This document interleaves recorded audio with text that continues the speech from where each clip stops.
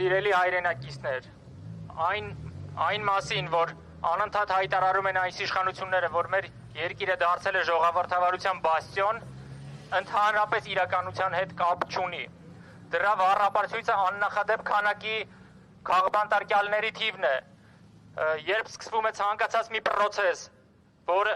որի օրինակներ օրինակ իմպիչմենտի պրոցեսը, սրանք միանգամից հասան նրան, որ կալանավորեցին Դավիթ Համբարձումյանին։ Երբ որ Իմնեմնիմի պոդկասթի հաղորդավարները ուղղակի մեկ պոդկասթի համար կալանավորվեցին եւ դրան զուգահեռ նաեւ կալանավորվել էր արդեն բարերար Սամվել Կարապետյանը, սրանք նույնիսկ այդ ժամանակ կանգ չառան։ Սրանք նույնիսկ կալանավորեցին սրբազան հայրերին, ինչը ուղղակի անթույլատրելի է։ Այս ամբողջ իրականության մեջ մենք ունենք նաեւ մի պատկեր, որ մենք ունենք բազմաթիվ ռազմագերիներ, ովքեր որ պահվում են Բաքվում։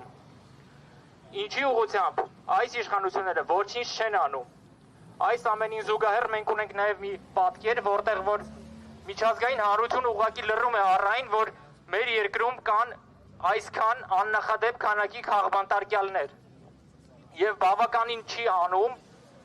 մեր Բաքվում գտնվող ռազմագերիների վերադարձի համար։ Եվ հաշվի առնելով այս ամենը,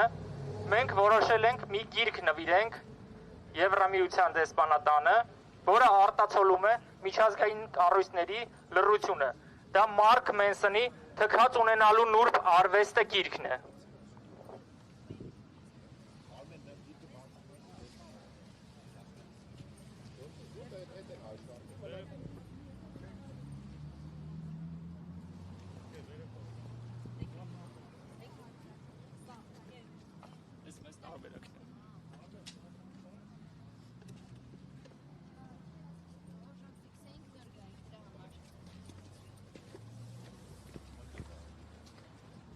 Հարգելի հետևորդներ, ինչպես լսեցիք,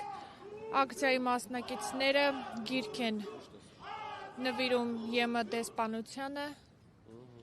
թքած ունենալու նուրբ արվեստը։ Ես ինչ կապ։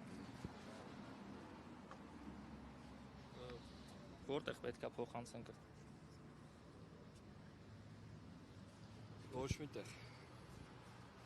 Այսինքն չունեք փոխանցման բաժին։ Իրանք պետք է վերցնեն, իրանք չեն ստանում։ Բայց տեղյակ պահել եք։ Ոչ։ Տեղյակ պահել եք։ Իրանք ասել են ոչ մեկ թող ներս չմտի։ Չէ, ներս չեն մտնում, ուզում են ինչ որ իր փոխանցել։